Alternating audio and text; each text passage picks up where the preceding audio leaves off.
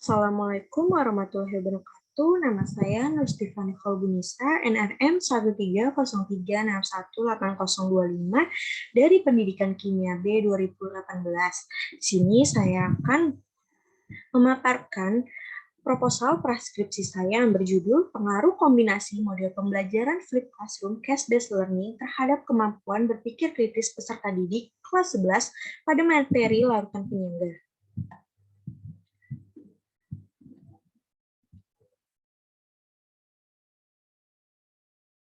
Yang akan dibahas itu ada 3 topik, yaitu ada bab 1 pendahuluan, ada bab 2 kajian pustaka, dan bab 3 metode penelitian. Yang pertama ada bab 1 pendahuluan yang terdiri dari latar belakang,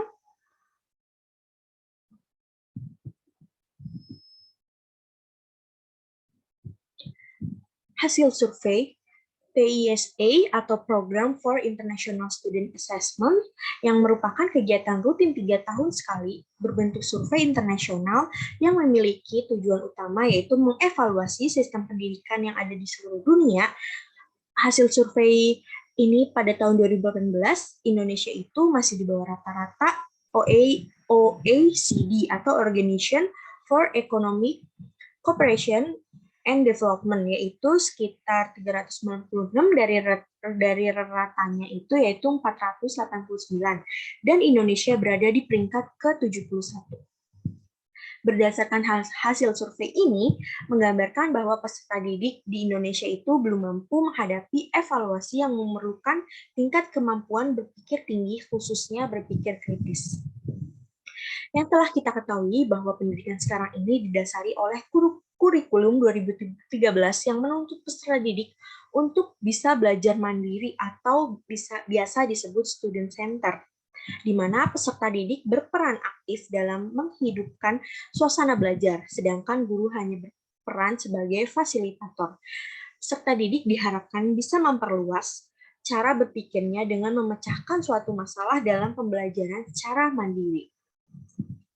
Hasil wawancara penulis dengan guru kelas 11 MIPA di SMAN 11 Jakarta menggambarkan bahwa tidak semua peserta didik berperan aktif dalam pembelajaran. Hal ini membuktikan bahwa student center belum terlaksana secara optimal dalam pembelajaran. Penyebabnya adalah karena kurangnya kesiapan diri peserta didik dalam pembelajaran yang membuat peserta didik enggan untuk memperhatikan penjelasan guru di kelas. Tidak semua peserta didik mempunyai motivasi dan semangat belajar yang tinggi, serta sebagian peserta didik merasa mata pelajaran kimia itu kurang menyenangkan dan sulit. Selanjutnya, sesuai dengan hasil pengamatan saya sendiri selama PKM di SMA N11 Jakarta, ditemukan bahwa hasil belajar kimia itu masih rendah. Hal ini ditimbulkan karena peserta didik masih mengalami kesulitan dalam memahami konsep kimia yang diajarkan. Peserta didik belum mampu mengaitkan serta mengaplikasikan materi yang dipelajari di kelas dengan kehidupan sehari-hari. Selain itu, peserta didik masih kurang terlibat aktif dalam kegiatan pembelajaran di kelas. Sebagai akibatnya, hasil belajar pun masih rendah. Selanjutnya, faktor penyebab kesulitan peserta didik dalam memahami konsep pada materi larutan penyangga adalah kurangnya minat dan perhatian peserta didik saat pembelajaran berlangsung. Materi penyangga ini, peserta didik dituntut untuk menguasai materi sebelumnya, yaitu materi asam basa yang terdiri dari konsep asam basa, perhitungan matematis pada asam basa, dan eksperimen mengenai asam basa. Keterampilan berpikir kritis itu dapat meningkat dengan menggunakan metode pembelajaran yang tepat. Melatih kemampuan berpikir kritis dapat dilakukan dengan pemberian soal-soal yang kompleks. Peserta didik akan diminta untuk mengidentifikasi secara mandiri menggunakan semua pengetahuan dan pengalaman yang dimilikinya. Kemudian mereka diminta untuk secara aktif mencari solusi dan mengumpulkan ide-ide secara kolaboratif yang pada akhirnya akan diterapkan pada masalah yang dihadapinya. Salah satu model pembelajaran yang tepat untuk melatih kemampuan berpikir kritis adalah case-based learning.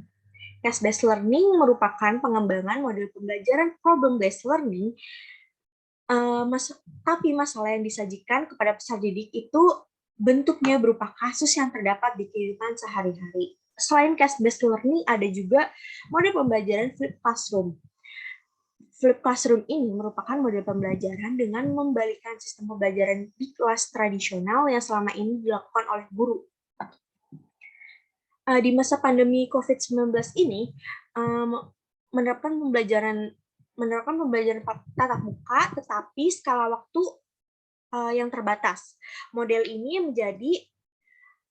dapat menjadi solusi efektif dalam proses pembelajaran. Oleh karena itu, dikombinasikanlah model pembelajaran case-based learning dengan model pembelajaran flip classroom. Perpaduan model pembelajaran ini dikarenakan adanya kendala dalam penerapan model pembelajaran case-based learning, yaitu peserta didik belum memiliki pemahaman yang memadai tentang kasus yang harus dipecahkan, dan pembelajaran berbasis kasus ini cenderung membutuhkan waktu yang lebih lama sehingga mengakibatkan pencapaian tujuan pembelajaran yang kurang optimal. Maka model pembelajaran flip classroom ini dikombinasikan dengan case-based learning untuk menjadi model pembelajaran yang dapat diterapkan pada masa sekarang ini. Kombinasi di sini dilakukan dengan menerapkan model flip classroom, yaitu pemberian video pembelajaran di luar kelas, kemudian menerapkan model pembelajaran berbasis kasus atau case-based learning saat pembelajaran di kelas. Perpaduan model pembelajaran case-based learning dengan flip classroom ini memungkinkan peserta didik menghabiskan waktu di luar kelas untuk belajar dan di dalam kelas untuk memecahkan masalah yang berbentuk kasus. Selanjutnya, ada identifikasi masalah. Dari latar belakang yang telah saya paparkan, diidentifikasi masalahnya itu pertama rendahnya kemampuan berpikir tingkat tinggi, khususnya berpikir kritis peserta didik di Indonesia yang dihasilkan dari survei internasional PISA. Kemudian yang kedua, peserta didik cenderung pasif dalam pembelajaran karena cenderung berpikir tingkat rendah. Lalu yang ketiga, penerapan student center yang kurang terlaksana dalam proses pembelajaran. Selanjutnya ada pembatasan masalah.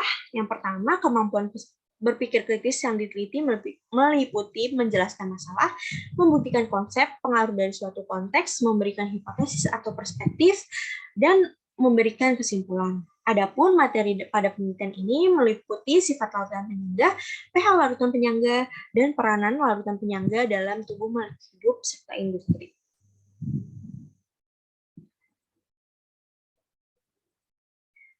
Selanjutnya ada perumusan masalah, yaitu apakah ada pengaruh positif dari penerapan kombinasi model pembelajaran flip classroom case-based learning terhadap kemampuan berpikir kritis peserta didik kelas 11 pada materi larutan penyangga. Lalu ada tujuan penelitian, yaitu untuk mengetahui pengaruh penerapan kombinasi model pembelajaran flip classroom case-based learning terhadap kemampuan berpikir kritis peserta didik kelas 11 pada materi larutan penyangga. Selanjutnya ada manfaat penelitian, yaitu terbagi menjadi dua, ada manfaat teoritis dan manfaat praktis.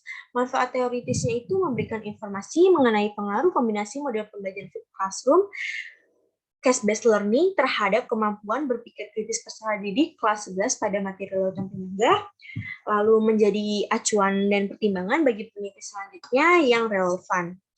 Adapun manfaat praktisnya itu terbagi menjadi 4, ada bagi sekolah.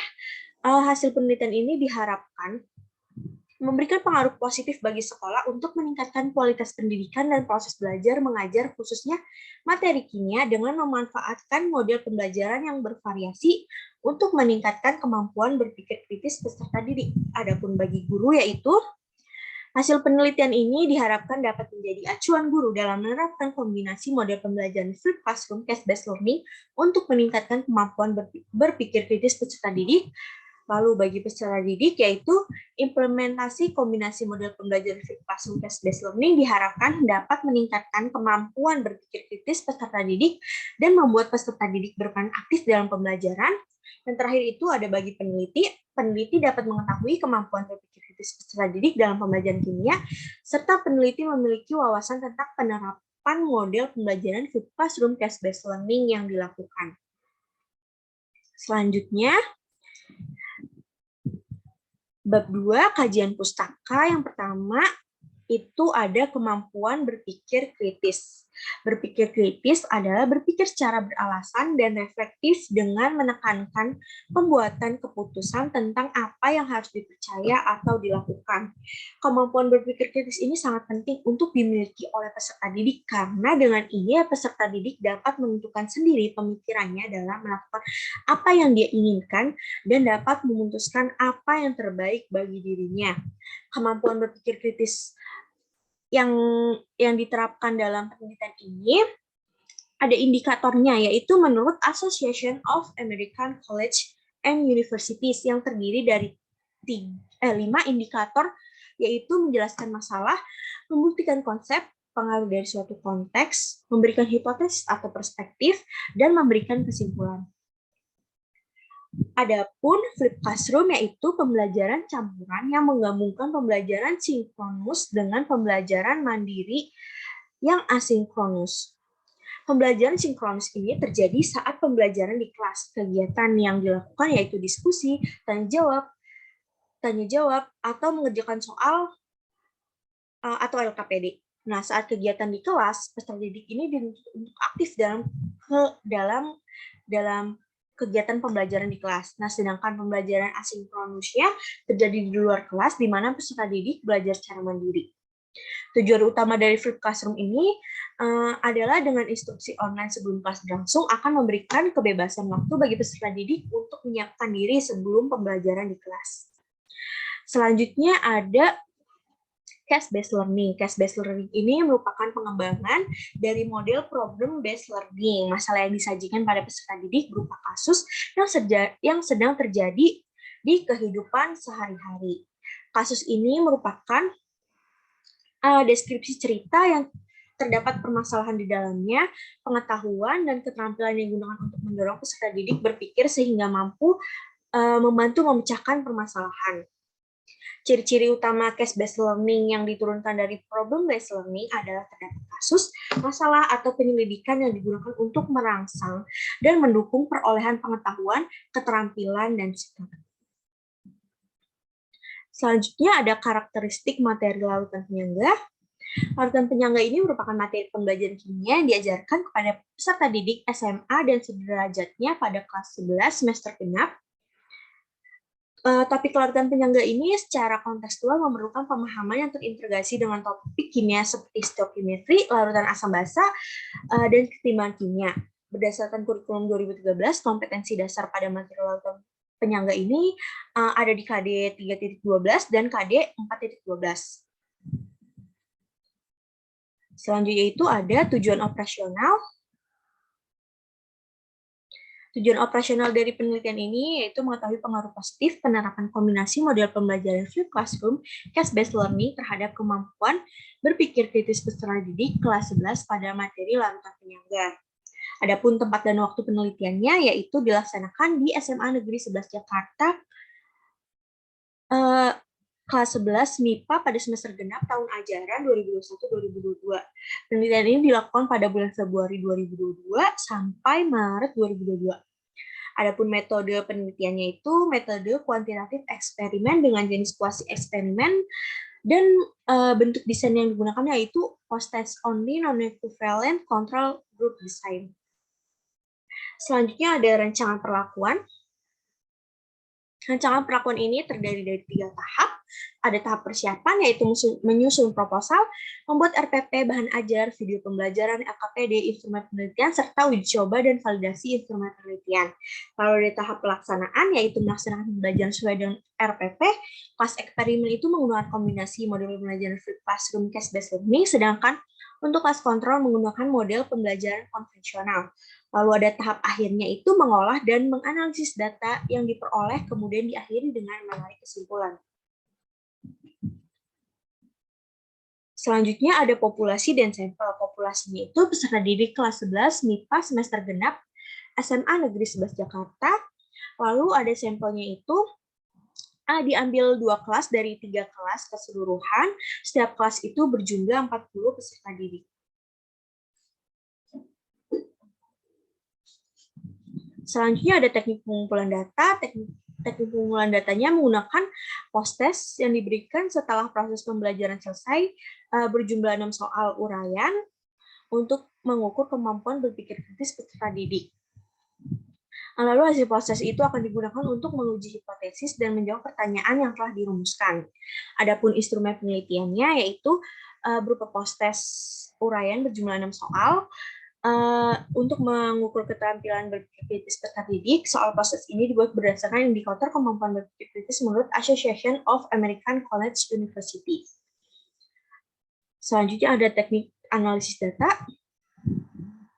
Teknik analisis data ini diawali dengan uji prasyarat data, yaitu uji normalitas dan uji homogenitas. Uji normalitas ini menggunakan uji kenormalan nilai force dengan taraf signifikan 0,05 dan banyaknya data N.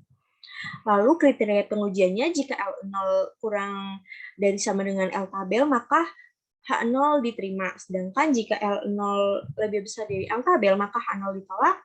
Untuk uji homogenitasnya digunakan uji Fisher dengan taraf signifikan 0,05.